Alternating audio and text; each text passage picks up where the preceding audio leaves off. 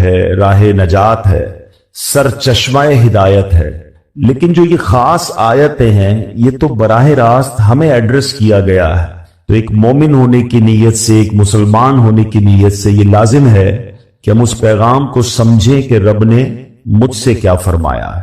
انشاءاللہ آج بھی اسی ٹاپک کو ہم لے کر آگے چلیں گے، مگر اس سے پہلے درود پاک کی فضیلت پر مشتمل ایک حدیث پاک سبحان اللہ، اور وہ جمعہ کے دن سے متعلق ہے۔ سرکار دو عالم صلی اللہ تعالی علیہ وسلم کا فرمان عالی شان ہے، حدیث پاک کا مضمون ہے کہ جو کوئی شخص جمعہ کے دن 200 بار درود پاک پڑھے اس کے 200 برس کے گناہ معاف کر دیے جاتے ہیں۔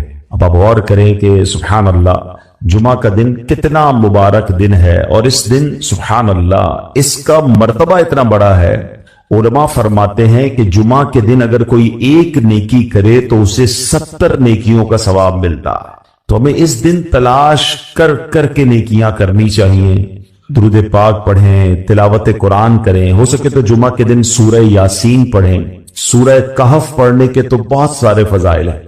احادیث میں یہ مضمون ملتا ہے کہ جو جمعہ کے دن سورہ کہف پڑھے، ایک جمعے کو پڑھے تو اگلے جمعے تک اس کے لیے نور کر دیا جاتا ہے۔ تو تھوڑی دیر لگتی ہے، 12-15 منٹ سورہ کہف کی تلاوت بھی کر لیا کریں، اور سبحان اللہ جمعہ کے دن ہو سکے تو مریض کی عیادت کریں، صدقہ و خیرات کریں، جتنا ہو سکے نیکیاں کریں۔ ہاں ایک بات یاد رکھنی ہے کہ جب جس مقام، جس وقت اور جس یوں سمجھیے کہ جگہ کا شرف اور بزرگی زیادہ ہوتی ہے، یا جس مہینے یا جس دن کی، تو پھر اس دن گناہ کرنا، اس مقام پر گناہ کرنا، اس کی سزا بھی بڑھ جاتی ہے۔ مثال کے طور پہ کوئی باہر روڈ پر گناہ کرے، یقیناً گناہ ہے، مگر مسجد کے اندر آ کر کرے گا تو اس کی پنشمنٹ بڑھ جائے گی نا، کہ اللہ کے گھر میں آ کر بھی گناہ کرنا ہے۔ کوئی عام دن میں گناہ کرے یقیناً غلط ہے، مگر جمعہ کے دن گناہ کرے گا تو جہاں نیکی 70 گنا، وہاں اس کا گناہ بھی 70 گنا ہو جاتا ہے۔ تو پلیز عام دنوں میں بھی بچنا ہے، مگر جمعے کو گناہ نہیں کرنے، اسپیشلی بچنا ہے۔ جمعے کو کوئی نماز قضا نہیں ہونی چاہیے، میں نہیں کہتا عام دنوں میں بھی نہیں ہونی چاہیے، مگر کتنی افسوس کی بات ہے کہ جمعے کی نماز پڑھتے ہیں، عصر کی نہیں پڑھتے۔ ایسا نہ کریں، جمعے کو خاص طور پہ نمازوں کا اہتمام کریں، جمعے کو خاص طور پہ گناہوں سے بچیں۔ اللہ کرے کہ یہ بات ہم سمجھنے میں کامیاب ہو اور اس دن کو امپورٹنس دیں۔ اس کی امپورٹنس کتنی ہے شریعت کی نظر میں، اللہ کی بارگاہ میں، کہ قرآن پاک میں پوری سورہ جمعہ نازل کی گئی ہے۔ صرف ذکر نہیں کیا گیا قرآن میں جمعہ کے دن کو، یعنی جمعہ کو ڈسکرائب کرنے کے لیے ایک پوری سورت قرآن پاک میں نازل کر دی گئی ہے۔ تو try to understand the importance of the day of Friday. اس کو آرڈنری ڈے کی طرح، اس کو عام دنوں کی طرح سیلیبریٹ نہ کریں۔ اللہ کرے کہ یہ بات ہمیں سمجھ آئے۔ آئیے مل کر محبت کے ساتھ بآواز بلند درود پاک پڑھ لیں۔ صلو علی الحبیب صلی اللہ تعالی علی محمد صلی اللہ علیہ وسلم۔ آج جو قرآن پاک کی ہمیں آیت ہم نے سننی ہے، سبحان اللہ کیا کمال کی آیت ہے اور کیا شاندار اس میں لیسن ہے۔ پارہ نمبر 3 ہے، سورہ بقرہ ہے، آیت نمبر ہے 254۔ اللہ قرآن مجید میں ارشاد فرماتا ہے، بسم اللہ الرحمن الرحیم، یا ایہا الذین آمنوا انفقوا مما رزقناکم من قبل ان یأتی یوم لا بیع فیہ ولا خلۃ ولا شفاعہ والکافرون هم الظالمون۔ آسان ترجمہ قرآن کنز العرفان، اے ایمان والو ہمارے دیے ہوئے رزق میں سے اللہ کی راہ میں اس دن کے آنے سے پہلے خرچ کر لو جس میں نہ کوئی خرید و فروخت ہوگی اور نہ کافروں کے لیے دوستی اور نہ شفاعت ہوگی، اور کافر ہی ظالم ہیں۔ یعنی سبحان اللہ، اس قرآن مجید کی اس آیت میں ہمیں جھنجھوڑا گیا ہے۔ ایک دن آنا ہے جس دن مال کام نہیں آئے گا، جس دن کوئی دوستی کام نہیں آئے گی۔ ہاں اچھے لوگوں کے ساتھ رہے ہوگے تو کام آئے گی، برے دوست اور خاص طور پہ اگر غیر مسلم ہیں، ایمان ہی نہیں ہے ان کے پاس، کوئی کام نہیں آئے گا تمہارے۔ اس دن سے پہلے اس دن کی تیاری کر لو۔ اللہ نے مال دیا ہے، اس کو اس کی راہ میں خرچ کر لو۔ اب اس آیت کا معنی کیا بنتا ہے ذرا سمجھیے گا۔ اس آیت میں آخرت کا زاد راہ تیار کرنے کا ایک اور طریقہ بیان فرمایا کہ قیامت آنے سے پہلے پہلے راہ خدا میں اپنا مال خرچ کر لو جو خدا ہی نے تمہیں عطا کیا ہے۔ اللہ نے ہی دیا ہے نا. یعنی یہاں یہ بات بھی سمجھنی ہے, ذرا مل کر جواب دیں گے, ہمیں مال کس نے عطا کیا ہے؟ اللہ نے دیا ہے. اچھا میں آپ سے ایک بات پوچھنا چاہتا ہوں کہ دنیا میں ہم کسی کو کوئی پیسے دیں کہ بھئی یہ میرے 50,000 روپے ذرا رکھ لو, اور تھوڑے دنوں بعد میں اس کو کہوں یار وہ جو میرے 50,000 تھے اس میں سے 5,000 دے دو, یہ صاحب مجھے 5,000 واپس دے دیں. انہوں نے مجھ پر کوئی مہربانی کی نہیں نا, پیسے میں نے دیے, میرے ہی پیسے تھے, اور 50 میں سے میں نے 5 ہی مانگے ہیں. اچھا میں اس 5,000 پہ اس کو شاباش بھی دوں, تحفہ بھی دوں, خوش بھی ہو جاؤں, تو لوگ کہیں گے کمال ہے یار, اپنی پیسے تھوڑے سے لے کر پھر کس بات کی خوشی ہے, پھر کس بات کا انعام ہے. ٹھیک ہے نا, کوئی کمال نہیں ہے اس بندے کا جس کے پاس ہم پیسے رکھوا کے ہمارے ہی پیسے اس میں سے بھی تھوڑے لے لیں. میرے رب کی شان دیکھیں کہ مال کون دیتا ہے؟ اللہ دیتا ہے. اچھا اللہ اپنے مال میں سے فرماتے میری راہ میں خرچ کر لو. اچھا ہم خرچ کر بھی لے تو کمال کیا کیا, دیا اسی نے تھا. بلکہ مزے کی بات بتائیں کہ صرف مال نہیں دیتا, مال تو بہت سو کو دیا ہے, پھر اللہ خرچ کرنے کی توفیق بھی اللہ ہی دیتا ہے. دنیا میں سے بہت سارے لوگ ہیں جن کو اللہ نے بہت دیا ہے, توفیق نہیں دی ہے, اربوں پتی ہیں, زکات نہیں نکلتی ہے. نفلی صدقات کی بات تو بعد میں آئے گی نا, جو فرض ہے جو ضروری ہے دینا وہ نہیں نکلتا کیونکہ توفیق نہیں ہے, دل نہیں چلتا.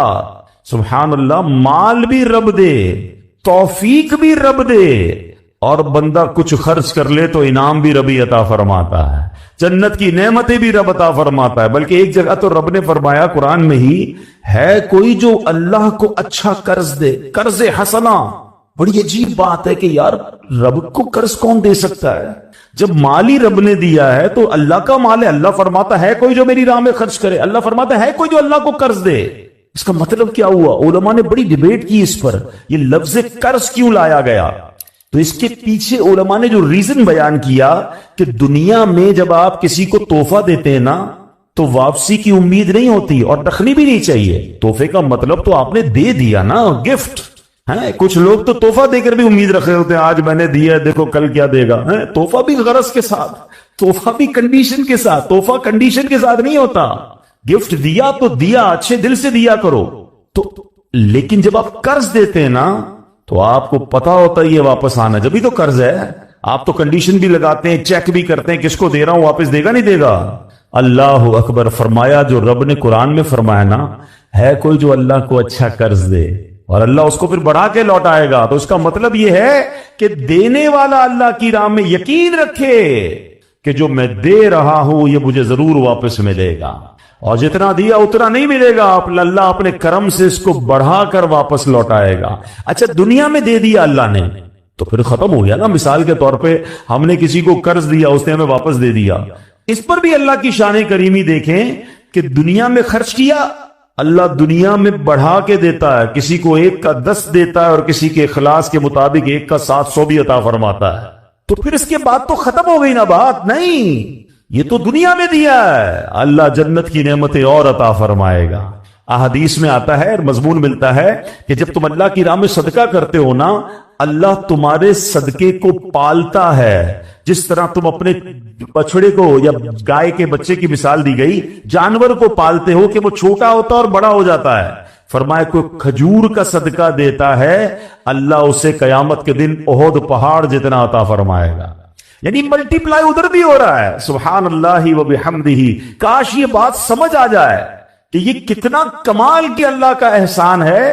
تو فرمایا کہ جو اللہ نے مال عطا کیا ہے اسی میں سے تم خرچ کرو. پھر کیا فرمایا, قیامت کا دن بڑی ہیبت والا ہے. اس دن مال کسی کو بھی فائدہ نہ دے گا اور دنیاوی دوستیاں بھی بیکار ہوں گی, بلکہ باپ بیٹے بھی ایک دوسرے سے جان چھڑا رہے ہوں گے. نیز کافروں کو کسی کی سفارش کام نہ دے گی اور نہ دنیاوی انداز میں کوئی کسی کی سفارش کر سکے گا. صرف اذن الہی سے اللہ نے جس کو اجازت دی ہوگی, اللہ تعالیٰ کے مقبول بندے اہل ایمان کی شفاعت کر سکیں گے. اور مال کا فائدہ بھی آخرت میں اسی صورت میں ہوگا جب دنیا میں اسے نیک کاموں میں خرچ کیا ہو. اور دوستیاں بھی نیک لوگوں کے ساتھ جو دوستیاں ہوں گی وہ کام آئیں گی. اللہ نے قرآن مجید میں ایک اور جگہ ارشاد فرمایا, جو برے لوگوں سے دوستی لگاتے ہیں نا, یہ میرے نوجوان مجھے سن رہے ہیں, آج نوجوان کو سمجھاؤ یار برے لوگوں کے ساتھ نہ بیٹھو, شرابیوں کے ساتھ نہ بیٹھو, جواریوں کے ساتھ نہ بیٹھو, بے حیا لوگوں کے ساتھ دوستیاں نہ کرو. تو جواب کیا دیتے؟ میں نہیں شراب پیتا، میں جوا کہاں کھیلتا ہوں، میں برے کام نہیں کرتا، بس بیٹھتا ہوں، کمپنی دیتا ہوں، دوست کرتے ہیں۔ دو باتیں یاد رکھیے گا، یہ جتنے نوجوان یہ جواب دیتے ہیں نا کہ میں بڑا پکا ہوں، میں برے کام نہیں کرتا، دوست کرتے ہیں، آپ تیار ہو جائیے کہ کچھ دنوں میں آپ بھی یہ برا کام کریں گے، کوئی نہیں بچتا۔ چلیں اگر آپ کو میری بات سمجھ نہیں آ رہی، یہ نوجوانوں کو نہیں آتی سمجھ، عموماً بچوں کو سمجھ ہی نہیں آتی کہ ابو پتہ نہیں کیوں روک رہے ہیں، یہ مولانا صاحب کیوں منع کرتے ہیں برے دوستوں میں بیٹھنے کا، میں تو بڑا پکا ہوں۔ اچھا اسی طرح اب ذرا نوجوانوں سے بات کر لوں یا بڑی عمر کے لوگوں سے بات کر لوں، وہ بد عقیدہ لوگوں کے ساتھ بیٹھنا شروع کر دیتے ہیں، جن کا ایمان درست نہیں ہے، جن کا عقیدہ درست نہیں ہے اللہ کے بارے میں، رسول کے بارے میں، صحابہ کے بارے میں یا اہل بیت کے بارے میں۔ انہیں کہو یار آپ کے دوستوں میں یہ کیوں ہیں؟ تو کہتے میں بڑا پکا ہوں، میں ان کے عقیدے کی طرف نہیں جاتا ہوں، میں تو ذرا اپنی بات کرتا ہوں لیکن بیٹھتا ہوں ان کے ساتھ۔ اب یہ دو قسم کے لوگوں کو جواب قرآن دے رہا ہے، ٹھیک ہے؟ پہلے میں نے آیت پڑھی، اس کا ترجمہ بیان کر دیتا ہوں، پھر بات آگے کرتے ہیں۔ اللہ نے فرمایا اس دن گہرے دوست ایک دوسرے کے دشمن ہو جائیں گے سوائے پرہیزگاروں کے، الا المتقین، متقی لوگوں کی دوستی ہوگی، وہ قیامت میں بھی کام آئیں گے، باقی سارے دوست ایک دوسرے کے دشمن ہو جائیں گے۔ ایک بات تو یہ سمجھ لو، ایسے دوست کا کیا فائدہ جو قیامت کے دن کام ہی نہ آئے بلکہ میرے لیے مار پڑنے کا سبب بن جائے۔ اب آتے ہیں دوسری بات کی طرف، جو لوگ کہتے ہیں میں بڑا پکا ہوں، میں نہیں جاؤں گا اس کی طرف۔ چلیں اب ایک چھوٹا سا میں سروے آپ سب کے ساتھ کر لیتا ہوں۔ کسی بھی چور، کسی بھی ڈاکو، کسی بھی جواری، کسی بھی شرابی، کسی بھی ہیروئنچی، غلط کام کرنے والے سے کبھی بھی زندگی میں ملاقات ہو جائے، اس کو صرف ایک سوال کیجئے گا، جواب آپ خود ہی دے دیں گے ابھی مجھے، ٹھیک ہے؟ لیکن چلے آپ سوال کیجئے گا، آپ کو یہ عادت کہاں سے ملی؟ بتائیے سارے لوگ کیا جواب دیں گے؟ جواب آپ کو پتا ہے کہ کہاں سے ملی؟ کوئی ایک نہیں کہے گا جناب کہ یہ جو شراب کی عادت پڑی ہے نا یہ ابو نے مجھے لگائی ہے، یا امی نے برتھ ڈے والے دن مجھے یہ پسٹل لا کے دی تھی کہ بیٹا آج تیری برتھ ڈے ہے، یہ پسٹل لے اور آج سے چوری شروع کر دے۔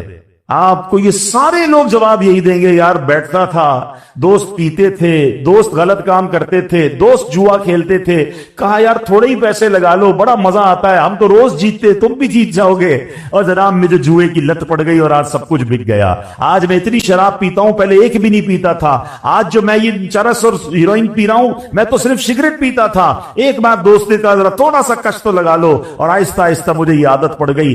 ایک بندہ آپ دنیا میں نہیں دکھا سکتے کہ جس کو بری عادت لگی ہو اور وہ دوستوں کی وجہ سے نہ لگی ہو، تو واٹ از دا ریزلٹ؟ سیدھا سیدھا فارمولا ہے نا کہ برا دوست ہی دوست کو خراب کرتا ہے۔ اور سبحان اللہ، اب ذرا تھوڑا سا ایک اور سروے کر لیتے ہیں، آپ ہی کا سروے کر لیتے ہیں۔ اس میں 100% جواب نہیں آئے گا، اس پہ 70-80% جواب آئے، کیونکہ اس پہ ماشاءاللہ ماں باپ کا کردار بھی ہوتا ہے، لیکن 70-80% آپ میں سے اگر میں کسی سے پوچھوں یار آپ کی نماز کی عادت کیسے بن گئی، آپ کی ماشاءاللہ تلاوت کی عادت کیسے بن گئی، آپ نے چہرے پہ سنت کیسے سجا لی ہے، آپ اچھی محفلوں میں کیوں جانے لگ گئے ہیں، آپ کے اندر یہ خوبصورت عادت کہاں ہے، تو آپ میں سے 70% لوگ جواب کیا دیں گے؟ یار ایک اچھا دوست مل گیا تھا، ایک اچھا رہنما مل گیا تھا جس نے بڑے پیار سے مجھے دعوت دی تھی، یا کسی عالم دین سے ملاقات ہو گئی تھی، ایک اچھی صحبت ملی تھی جس نے مجھے یہ عادت ڈال دی۔ تو سبحان اللہ، فارمولا آپ کے سامنے ہے کہ صحبت صالح ترا صالح تنم، اچھے کی صحبت تجھے اچھا بنا دے گی، اور برے کی صحبت طالح ترا طالح کنم، تجھے برے کی صحبت برا بنا دے گی۔ یہ مانتے نہیں ہیں لوگ، نہ نوجوان آج کا مان رہا ہے نہ بچے مان رہے ہیں، کہتے نہیں ہم بڑے پکے ہیں۔ آپ کو امپیکٹ ضرور آئے گا۔ یہ جو محاورہ ہے نا، یہ محاورہ صرف محاورہ نہیں، حقیقت ہے۔ خربوزے کو دیکھ کر خربوزہ رنگ پکڑے گا، یہ دنیا کا دستور ہے۔ اچھا تھوڑی دیر کے لیے چلے میں آپ کو ایک اور لاجیکلی ایگزامپل سے، ماحول کا کتنا اثر ہوتا ہے۔ اس وقت آپ سارے وضو کر کے تیار ہو کر ماشاءاللہ اللہ کے گھر میں بیٹھے ہیں، سر پہ ٹوپی لگائی ہوئی ہے، اس وقت آپ میں سے کسی کا حرام کام کرنے کو جی چاہ رہا ہے؟ کوئی بری بات سوچنے کو جی چاہ رہا ہے؟ کوئی بے حیائی کی بات دماغ میں آ رہی ہے؟ کیوں نہیں آ رہی ہے بھائی؟ کیونکہ آپ اچھے ماحول میں بیٹھے ہیں، آپ اچھے انوائرمنٹ میں بیٹھے۔ انوائرمنٹ اثر ڈالتا ہے، صحبت اثر ڈالتی ہے۔ اس وقت اللہ رسول کی بات سننے کو جی چاہ رہا ہے، یہی سے اٹھ کر کسی ڈانس کلب میں چلے جائیں، کسی میوزیکل پروگرام میں چلے جائیں, بے حیائی کے پروگرام میں جائیں, تھوڑی دیر تک تو بندہ اسٹک رہے گا, تھوڑی دیر بعد اس کا دماغ بھی الٹا سوچنا شروع کر دے گا. کیوں؟ صحبت اثر ڈالتی ہے, ماحول امپیکٹ ڈالتا ہے. اگر بچنا ہے نا تو ہمیں اچھے ماحول میں ہی رہنا ہوگا, ہمیں اچھے دوستوں میں رہنا ہوگا. ورنہ میں کہوں میں بڑا پکا ہوں, ارے بڑے بڑے اولیاء کہلانے والوں کو شیطان نے پلٹا دیا, میں اور آپ کیا ہیں؟ تو اپنے اوپر اتنا غرور, اتنا جس کو کہتے ہیں نا یقین نہیں ہونا چاہیے.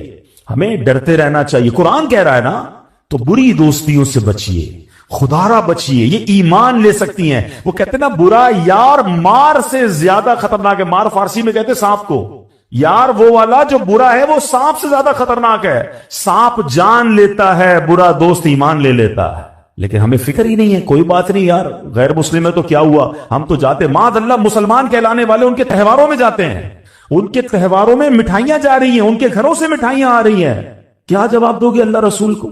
اس سے دوستی لگائیے جس کا صحابہ کرام کے بارے میں عقیدہ ہی درست نہیں ہے, اور ہم اس کے ساتھ کھاتے پیتے ہیں. کیا جواب دیں گے ہم صحابہ کرام کو, نبی پاک کو کیا جواب دیں گے؟ سرکار دو عالم علیہ الصلوۃ والسلام فرماتے ہیں کہ الصحابی کالنجوم, میرے صحابہ ستاروں کی مانند ہیں. فبأیہم اقتدیتم اہتدیتم, میرے صحابہ ستاروں کی مانند ہیں, جس کی بھی پیروی کرو گے تم کامیاب ہو جاؤ گے. اور ان صحابہ کو برا بھلا کہنے والا میرا دوست ہو سکتا ہے؟ کیسے ہو سکتا ہے؟ سوچئے نا. اچھا پھر ایسے دوست لگائے ہوں گے جو اہل بیت کو برا بھلا کہہ رہے ہیں. معاذ اللہ, کبھی سوچا آپ نے کہ سرکار کی آل کے بارے میں بری بات کرنے والے کے ساتھ میں کیسے بیٹھ سکتا ہوں؟ مگر نہیں, کوئی بات نہیں یار, میرا دوست ہے, اس کا عقیدہ ہے. یار آپ کے والد کو کوئی گالی دے, آپ کی والدہ کوئی برا بھلا بولے, آپ اس کے ساتھ بیٹھیں گے؟ آپ کیا میں اس کی جان لے لوں گا, اس کا گلا پکڑ لوں گا؟ اچھا تمہاری ماں کو برا بھلا کہ تم